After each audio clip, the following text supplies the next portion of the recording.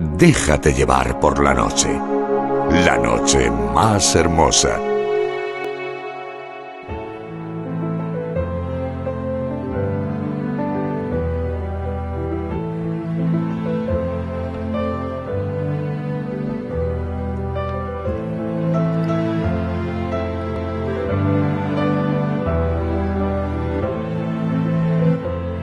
La noche más hermosa con Pilar Muriel.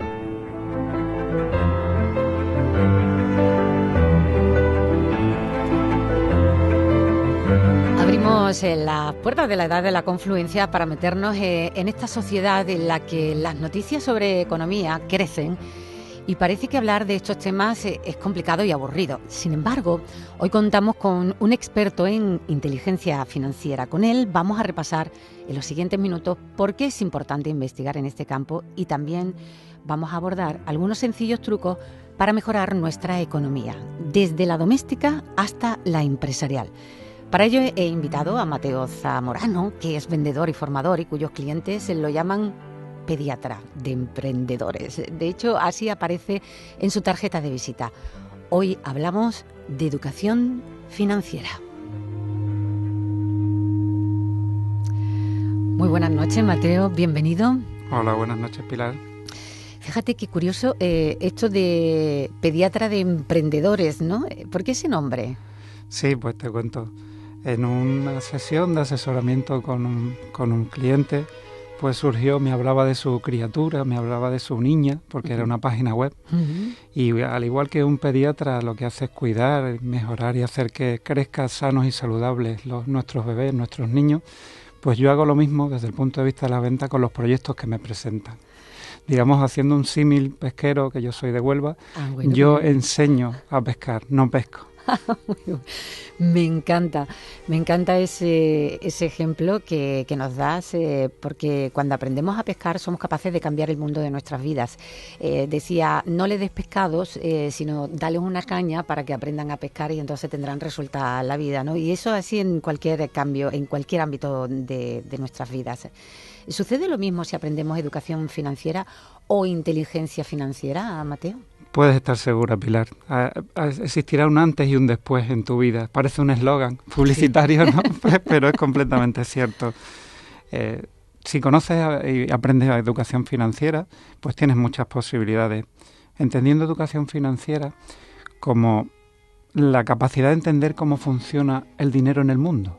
Es decir, cómo se gana, cómo se administra, cómo se gestiona, cómo se invierte y cómo se dona para ayudar a otras personas. Esa es una de las definiciones de educación financiera. Me gusta y además creo que muy acertado ese proceso, ¿no? Desde que empiezas hasta que termina, aunque viene a ser como también un ciclo, ¿no? Lo que das al final te vuelve y claro, tal como lo plantea está muy bien. Sin embargo, resulta un poco complicado o un poco difícil hablar de dinero, ¿verdad? Sí, es uno de los tabús que existen, ¿no? Parece que el dinero es algo sucio. Exacto, es una de las cosas es una creencia limitante que tenemos. Sí. Nos hablan de eso, es una creencia. El dinero es sucio. Que el que gana mucho dinero es porque lo está haciendo de manera exactamente fraudulenta. Ilícita o fraudulenta. Cuando no es cierto, para nada es cierto. Eso es una de las cosas que nosotros desmontamos en nuestros talleres. No es cierto que para ganar dinero haya que hacerlo de manera ilícita. Hay muchos proyectos magníficos que ayudan y que mejoran la vida de los demás y que generan ingresos. Y por supuesto la tuya, como es natural. Sí. Como sociedad, Mateo, estamos todavía, verás tú, no es que estemos, sino que no estamos, todo lo contrario, no estamos preparados para incluir lo que ganamos en una reunión de amigos o en una comida. Es como algo tabú, ¿no? Y además hasta parece como de mala educación. Cuando te preguntan, oye, ¿tú cuánto ganas, no? Y dicen, oye, ¿a ti qué le importa lo que yo gano, no? ¿Cómo manejas tú esto en la vida cotidiana? Es cierto que como hemos dicho, es uno de los tabús y hablar de... Es igual que hablar de la alimentación, ¿no? Es los que existen. La alimentación es otro de los tabús. Di que no utilizas o que no consumes un determinado alimento y ya se forma. Entonces, tenemos que tratarlo con naturalidad, con tranquilidad y con relajación. Es decir, gano esto. pero hablamos de mi tesoro, ¿no? No te voy a decir cuánto gano, no te voy a decir cuánto he ahorrado. ¿Por qué? Tenemos que tratarlo con la misma naturalidad que hablamos de otros muchos temas. Hablamos de sexo con mucha naturalidad. Es verdad, porque hace ya bastante tiempo esto del sexo también era algo tabú y se ha ido normalizando, y quizás llega el momento de que también el dinero sea algo como natural y como normal, ¿no? La alimentación. Es llamativo también este dato. ¿Qué tiene que ver la alimentación con esto del dinero, Pues, Mateo? como estábamos diciendo, es uno de los tabús que existen. Existen varios tabús muy importantes y muy limitantes, y la alimentación es uno de ellos. Uh-huh. Te comentaba, di en una reunión que no utilizas o que no consumes un determinado alimento, o que sí consumes un determinado alimento pero otros no, y verás que se forma un tumulto, un pequeño tumulto. Ya se produce. No te voy a contar yo lo que me pasó, cuál es mi experiencia, porque realmente es llamativa. La mayoría de los que nos oyen saben que soy vegetariana. Y dices tú, bueno, a ver el día en que el ser vegetariana pues se normalice. De hecho, son tantas las personas que ya están teniendo ciertas intolerancias que está como dentro de la normalidad, ¿no? Pero poco a poco, ¿no? Y con el dinero lo mismo. Con el dinero tiene que pasar lo mismo. Tiene que ser perfectamente normal que lleguemos y digan, pues este año he ganado tanto. Y decir la cantidad, he ganado 200.000, he ganado 300.000. Y perfectamente sea comprensible. O me estoy dedicando a lo que realmente es mi pasión. Y como es mi pasión lo que estoy realizando, genero ingresos. Es justo al contrario. Es diferente de decir, tengo un trabajo, a decir, voy a cumplir una misión. Tengo una misión en la vida y voy a realizarla. Es completamente diferente. Totalmente. La verdad es que la perspectiva cambia por completo. Mateo, a mediados de los 80, creo recordar que fue cuando apareció este libro de Goleman hablando de la inteligencia emocional. Entonces se hablaba de inteligencia sin más y apareció este concepto que llamó mucho la atención y que hizo que se abriera la mente un poco a entender que la inteligencia son muchas ramas, ¿no? O sea, es como una especie de árbol que está diversificado en distintos tipos de inteligencia. De hecho, tenemos aquí incluso en el programa un apartado dedicado a la inteligencia espiritual, porque también es importante desarrollarla. En este caso, en el de la educación o inteligencia financiera, ¿cómo se adquiere? Porque no recuerdo haber estudiado nada relacionado en el colegio, en el instituto, y no sé si está presente en los primeros años de formación. No, exactamente, Que Pilar. me va a mí que no. No se enseña tal cual.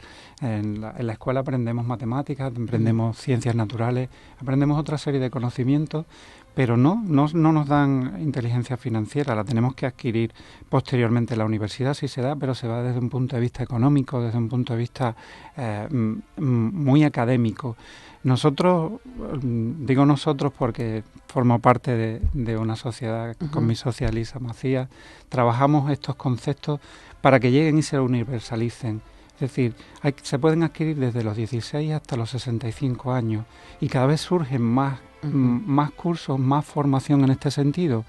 En Sudamérica es muy habitual que en la escuela y en los institutos se dé educación financiera, se tengan conceptos de educación financiera, entendiendo lo que hemos dicho, cómo se genera, cómo se administra todo lo que es los recursos que están a nuestra disposición. ¿Cómo se gestiona? Recuerdo a mi hijo cuando pequeño que a lo más que llegué a enseñarle, porque tampoco era a tener su propio dinero, a ahorrarlo y a esperar, a saber qué es lo que quería y a partir de ahí pues comprar lo que estaba deseando y cómo iba poco a poco. Pero es cierto, y creo recordar también que se publicó un libro dirigido a los pequeños para desarrollar esta habilidad, ¿no? El saber manejar el dinero, y había personas que se ponían las manos en la cabeza como diciendo que ¿qué demonios estamos haciendo para enseñar a los niños desde tan pequeños estas cosas del dinero? Hablando un poco de lo que es el tabú, ¿no?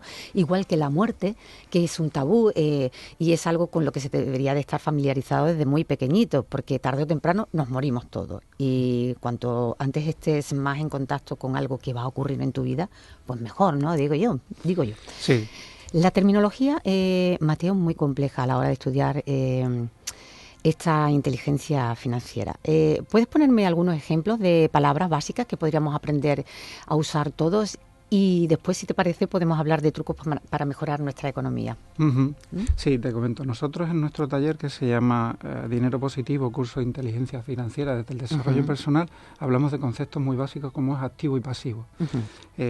entendiendo, ojo, activo y pasivo no con el concepto académico. Nosotros, simple te lo explico brevemente. Sí. Activo, aquello que pone dinero en tu bolsillo. Bien. Con lo cual, en sentido contrario, pasivo, ¿qué será, Pilar? Pues que no haya ni un pavo. Lo Y que, encima que se fugue el dinero. lo que saca lo pierda- dinero de tu bolsillo. que lo pierdas. Ujú. Muy bien. Si el activo pone dinero en nuestros bolsillos, como acabamos de comentar, esto de pasivo saca el dinero de nuestro bolsillo. Depende de la situación en la que esté uno viviendo. No sé yo si esto tiene algo que ver Sí, mira, te pongo un ejemplo, por ejemplo, con la vivienda. con la vivienda. Venga. Una vivienda siempre hemos considerado que es nuestro mejor activo, nuestro mayor activo. Ujú. Ahora vamos a pasarle los filtros que nosotros hacemos en nuestros talleres. La mayoría de las viviendas tienen hipoteca. Mm. Luego ya tenemos un gasto sobre esa hipoteca. Ya la tengo todavía. Luego tenemos que... Es que es la ¿Y inmensa quién no? ¿Y mayoría. quién no? Claro, la inmensa mayoría tenemos. Entonces, pasándole el filtro que hemos estado diciendo sobre el concepto de qué es un activo, pues una vivienda podría serlo o no. Pero en el momento en el que te genera un gasto, en el momento en el que estás sacando dinero de tu bolsillo, Ujú. no es un activo. Es un pasivo.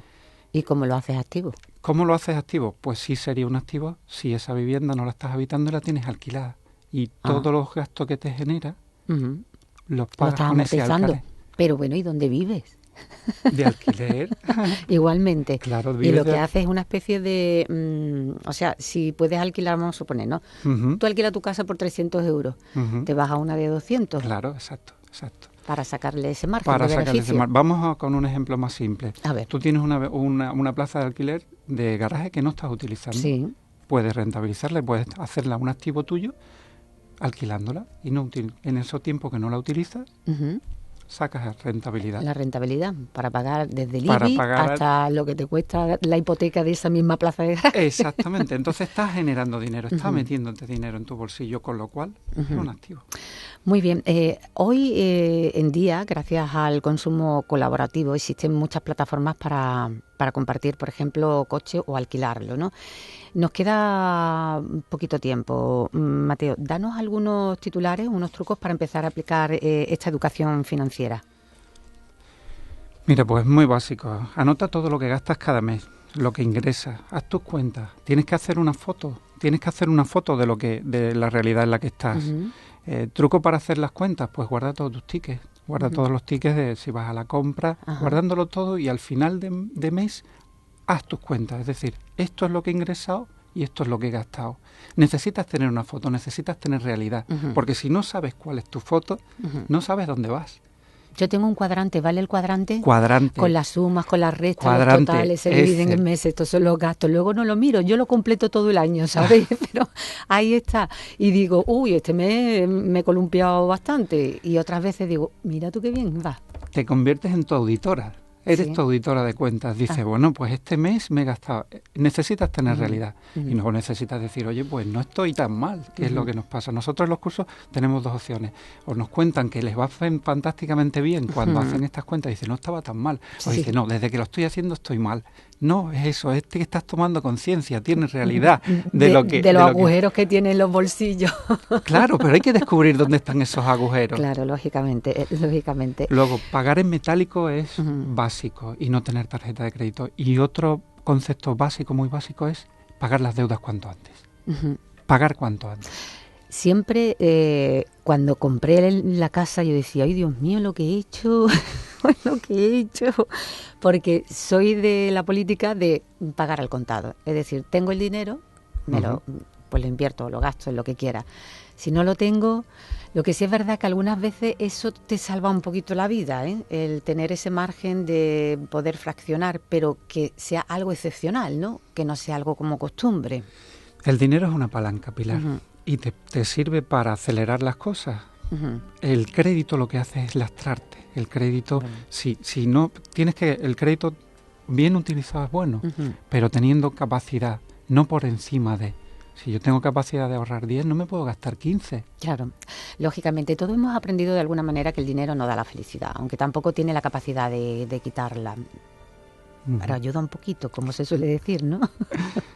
Exacto, el dinero es una herramienta y tiene el poder que nosotros le queramos dar. Es una palanca, hemos dicho, tiene esa capacidad. Entonces, es como un cuchillo, como un cuchillo, como un destornillador. Un destornillador te puede servir para apretar y hacer un mueble, o no, o te sirve para otras cosas. Hombre, se supone que eso, yo no sé, hay gente que tiene la habilidad de sacarle el rendimiento a una herramienta y convertirla también, yo qué sé, en un destornillador, por ejemplo, pero lo lógico es que tenga cada uno su función, como es natural. En Dinero Positivo nosotros reflexionamos sobre la programación neurolingüística. Lo que has dicho antes, ¿cuáles son nuestras creencias erróneas? La programación neurolingüística te ayuda a detectar esas creencias erróneas y desmantelarlas. Lo que habías dicho antes, qué asco de dinero. ¿Cuál es la tuya preferida? La mía era, ¿tú te crees que yo soy el Banco de España?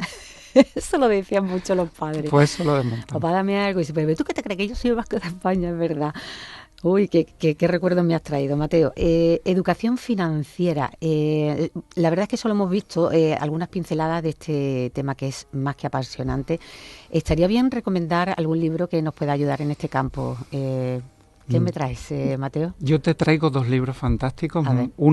Son muy fáciles de leer y yo he aprendido muchísimos con ellos. Uno es de George S. Clason, que se llama El hombre más rico de Babilonia. Explica herramientas con parábolas, muy fácil de leer, muy útil. Y otro que es Dinero y conciencia, ¿a quién sirve mi dinero?, de Joan Antoni Melé. Pues muchísimas gracias, Mateo. Me gustaría también, porque estoy convencida de que son muchos nuestros hermosos y hermosas que, escuchándote hablar, les ha interesado bastante el tema, y como no podemos profundizar, porque bueno, ya saben cómo está un poco el programa, ¿dónde podemos encontrarte? ¿Dónde podemos saber algo de ti, de tus cursos, para si hay alguien que quiera hacer un curso de educación financiera? Sí, nos pueden localizar en la web ahoraes.es. Me suena. ¿Te suena? ¿A que sí? Elisa Macías. Elisa Macías, sí. O en el correo electrónico. Bueno, es tu socia, hay que decirlo. ¿O en el correo electrónico? En el correo electrónico mateozamorano@ahoraes.es. Bueno, pues 1.000.000 de gracias, Mateo Zamorano, como decíamos, este pediatra de emprendedores que nos ha dejado aquí su tarjeta de visita para que, espero, en un futuro podamos volver a contar contigo. Un abrazo y gracias. Muchas gracias, Pilar, muchas gracias.